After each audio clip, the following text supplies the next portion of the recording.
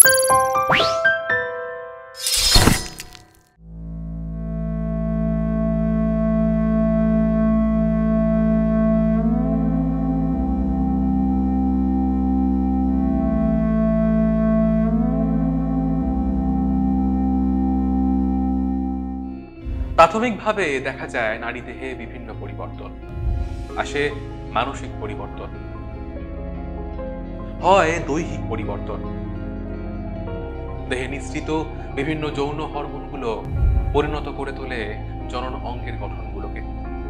শুরু হয় পর্যায়ক্রমিক রজতচক্র বা মেনস্ট্রুয়াল সাইকেল।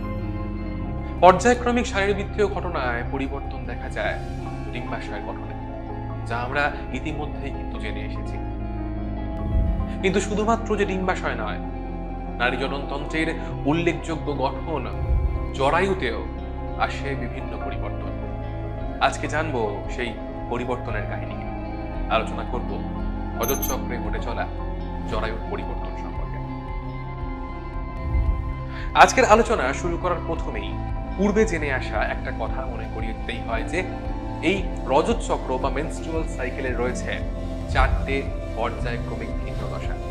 প্রথমটা ফলিকুলার দশা বা প্রলিফারেটিভ ফেজ, দ্বিতীয়টা ডিম্বাণু নিঃসরণ দশা বা ওভুলেটরি ফেজ, তৃতীয়টা প্রাক রজস্রাবীয় দশা বা লিউটিয়াল ফেজ এবং অন্তিম রজস্রাবীয় দশা বা মেনস্ট্রুয়াল ফেজ। আর আজকের আলোচনায় আমরা আগের ক্লাসের মতো একইভাবে ফলিকুলার দশা থেকে একে একে জানতে শুরু করব জরায়ুর পরিবর্তনের ঘটনাগুলোকে। পূর্বের রজস্রাব দশার পরে শুরু হয় এই ফলিকুলার দশা বা প্রলিফারেটিভ ফেজ। এই দশার সময়কাল প্রায় আগে রজতচক্রের পরবর্তী 6তম দিন থেকে 12তম দিন। এই দশায় পূর্বের দশার জরায়ু এন্ডোমেট্রিয়াম যা ধ্বংসপ্রাপ্ত হয়েছিল, সেই এন্ডোমেট্রিয়ামের ক্ষয় পূরণের কাজ শুরু হয়। এই সময় ইস্ট্রোজেন হরমোন ক্ষরণের পরিমাণ বেড়ে যায় এবং যার প্রভাবে জরায়ুর এন্ডোমেট্রিয়াম গ্রন্থিময় হতে শুরু করে, সাথে রক্তজালক গঠনও শুরু হয়। এন্ডোমেট্রিয়াম ক্রমশ বৃদ্ধি পেতে থাকে এবং এন্ডোমেট্রিয়াম স্তরের কোষগুলোর মুক্ত প্রান্তে অসংখ্য মাইক্রোভিলাই তৈরি হয়।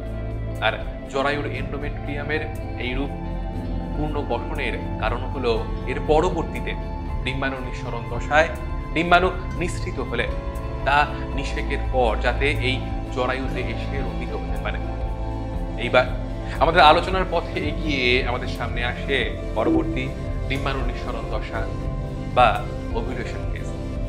তবে উল্লেখযোগ্য বিষয় হচ্ছে এই ডিম্বাণু নিঃসরণ দশায় কেবলমাত্র গ্রাফিয়ান ফলিকল থেকে সেকেন্ডারি ওসাইটের নির্গমন ঘটে। জরায়ুর সেই অর্থে কোনো রকম পরিবর্তন সাধারণভাবে লক্ষ্য করা যায় না। কিন্তু এর পরবর্তী প্রাক রজস্রাবীয় দশা বা প্রিমেনস্ট্রুয়াল ফেজের আলোচনায় জরায়ুর বেশ কিছু পরিবর্তন আমাদের চোখে ধরা দেবে। তবে আলোচনার শুরুতেই বলে রাখতে হয় যে এই দশাটা শুরু হয় রজতচক্রের 15 দিনে ডিম্বাণু নিঃসরণের পরবর্তী 16তম দিন থেকে এবং চলতে থাকে প্রায় 28তম দিন অবধি, অর্থাৎ যা প্রায় 13 দিন পর্যন্ত স্থায়ী হতে পারে। আমরা জেনে এসেছিলাম যে এই দশায় লুটিনাইজিং হরমোন এবং কর্পাস লিউটিয়াম থেকে প্রোজেস্টেরন হরমোন ক্ষরণের পরিমাণ বেড়ে যায় এবং যার দরুন এন্ডোমেট্রিয়াম স্তরের আরো বেশি পরিমাণে বৃদ্ধি ঘটে, যা তাকে আরো বেশি পুরু এবং গ্রন্থিযুক্ত করে তোলে। এখন প্রসঙ্গত উল্লেখ্য যে রজতচক্রের এই দশায় জরায়ুর এন্ডোমেট্রিয়াম সব থেকে বেশি পুরু হয়, প্রায় 5 থেকে 6 মিলিমিটার হয়ে থাকে।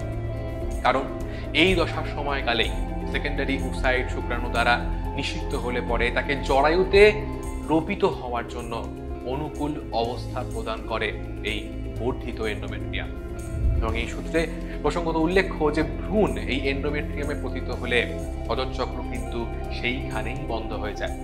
সহজ করে বলা যেতে পারে যে গর্ভাবস্থায় রজতচক্রের পর্যায়ক্রমিক আবর্তন বন্ধ থাকে, কিন্তু যদি ডিম্বাণু নিষিক্ত না হয়, ভ্রূণ গঠিত না হয়, তাহলে জরায়ুর এন্ডোমেট্রিয়াম আস্তে আস্তে ধ্বংস হতে শুরু করে এবং পৌঁছে যায় পরবর্তী রজস্রাবীয় দশা বা মেনস্ট্রুয়াল ফেজে। তাই এবার আমরা চোখ রাখবো রজস্রাবীয় দশা বা মেনস্ট্রুয়াল ফেজের দিকে। এই দশাটি প্রাক রজস্রাবীয় দশার পরবর্তী 3 থেকে 5 দিন স্থায়ী হয়ে থাকে।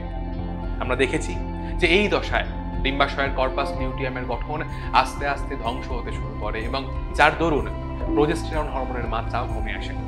এর ফলে জরায়ুতে প্রোস্টাগ্ল্যান্ডিন হরমোনের পরিমাণ বেড়ে যায়, যা জরায়ুর এন্ডোমেট্রিয়াম স্তরে রক্তবাহ এবং পেশি তন্তুর সংকোচন ঘটাতে শুরু করে।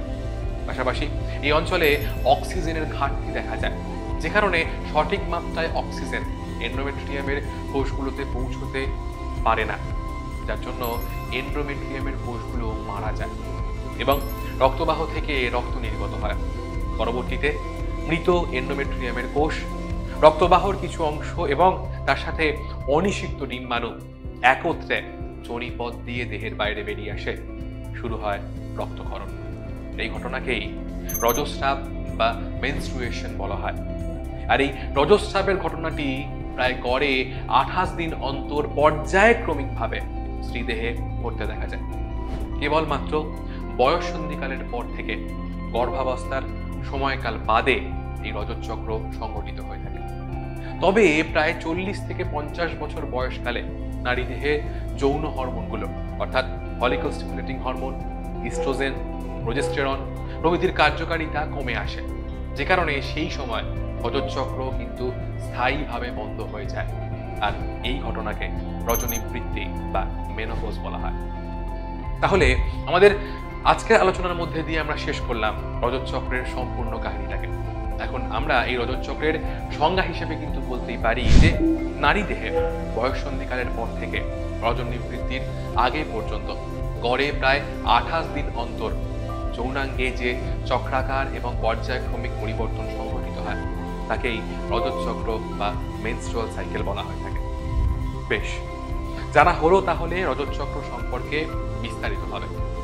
আমরা জেনে এলাম যে রজতচক্র তখনই সংঘটিত হয়ে থাকে যখন কিনা সেকেন্ডারি উসাইড শুক্রাণু দ্বারা নিষিক্ত হয় না। কিন্তু যদি এখন উল্টোটা ঘটে, অর্থাৎ একটা শুক্রাণু নিষিক্ত করে ফেলে কোনো সেকেন্ডারি উসাইডকে, সেই ঘটনাটা ঠিক কি রকম হয়ে থাকে জানবো সেই গল্পটাকেও। তাই সেই গল্প নিয়ে ফিরে আসছি পরবর্তী ক্লাসে।